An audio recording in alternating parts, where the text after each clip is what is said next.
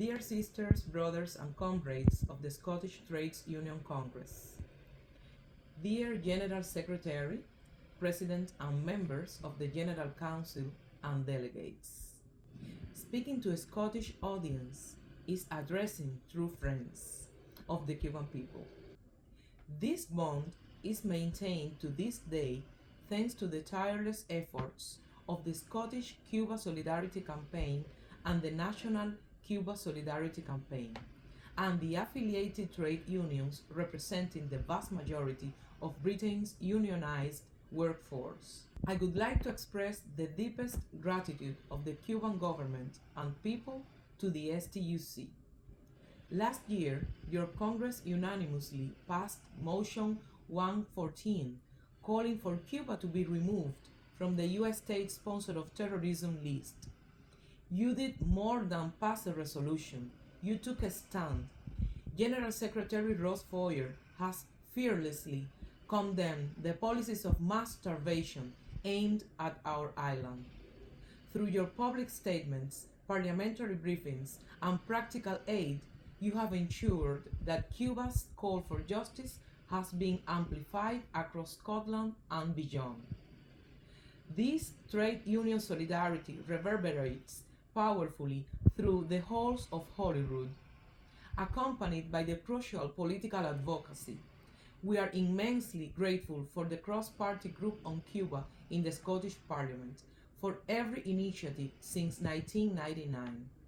I would like to thank the convener, Carol Mocan, and the dedicated MSPs, activists, and secretariat members who ensure that Cuba's voice is heard in your parliament.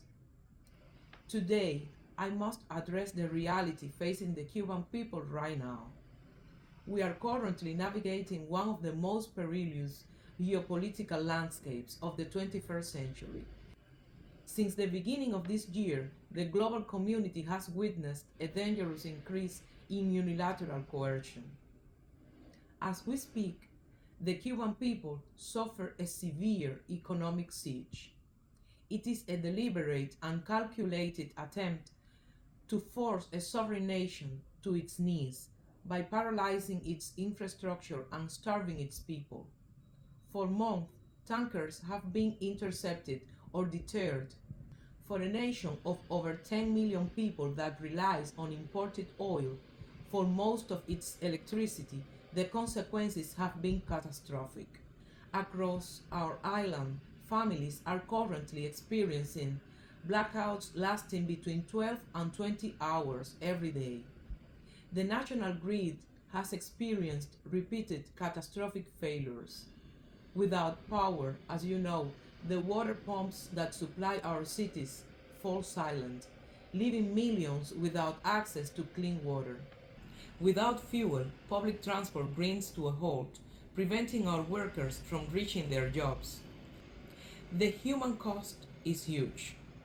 Across Cuba, hospitals are forced to ration the power supplied by their emergency generators. Right now, over 100,000 Cubans are waiting for essential surgery. Tragically, 11,000 of these patients are children. Life-saving radiotherapy treatments for 16,000 cancer patients have been disrupted. The UN has warned of a potential humanitarian collapse. Their experts have rightly described this fuel blockade as an extreme form of unilateral economic coercion and collective punishment, which constitutes a serious violation of international law. Yet, in the face of this cruelty, Scottish trade unionists have shown us exactly what working-class internationalism looks like in practice. When our health workers union requested help, you answered with the Cuba Vive medical appeal and emergency food appeal. We are deeply moved that Unison Scotland stood as a founding sponsor of these initiatives when it launched in 2024.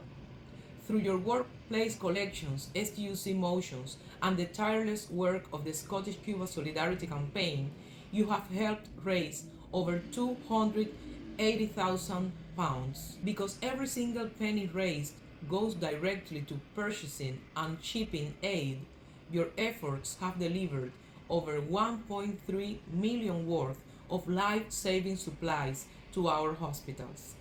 When the blockade denied Cuba basic medical equipment, your 40-foot containers provided the infusion pumps that reduce patient distress during chemotherapy and the surgical instruments that allow our doctors to perform operations that would otherwise be impossible.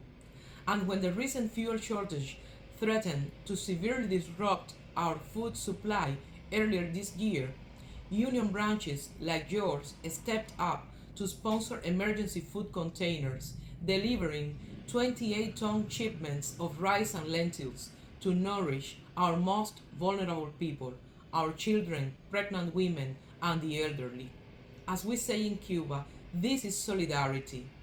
You are quite literally helping our doctors and nurses save Cuban lives.